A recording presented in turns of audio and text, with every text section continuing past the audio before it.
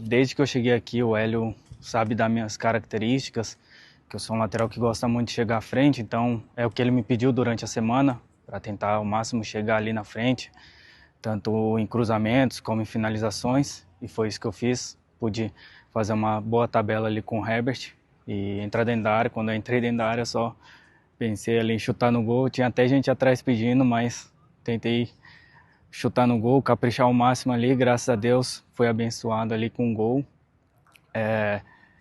logo na minha estreia, né?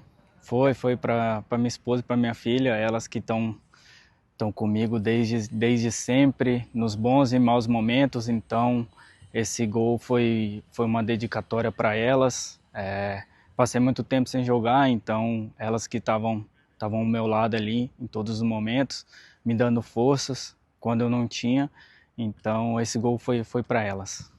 Cara, muito feliz, muito feliz. Quando eu estava fazendo a oração antes do jogo, eu só pedi para Deus para voltar a fazer aquilo que eu amo fazer, que é jogar futebol, e voltar a ser feliz. Voltar a ser feliz, porque é ali dentro que eu tenho felicidade, é o que eu sei fazer. Então, apenas pedir para Deus para voltar a jogar, agradecer a Ele por ter me dado essa oportunidade de voltar a jogar num time de tanta tradição como é o Guarani.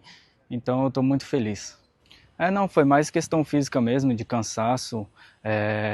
Durante a semana, o Hélio, os preparadores físicos já haviam falado comigo que eu ia ter um tempo ali limite para jogar, por todo esse tempo sem jogar, então já era mais ou menos esperado isso, mas foi apenas cansaço ali.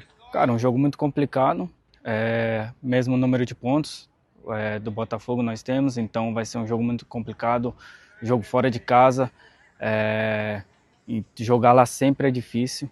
Então temos que fazer uma semana de trabalho muito boa visando esse jogo e temos que ir lá buscando pontuar. Nossa meta é chegar lá e pontuar, e fazer um excelente jogo lá.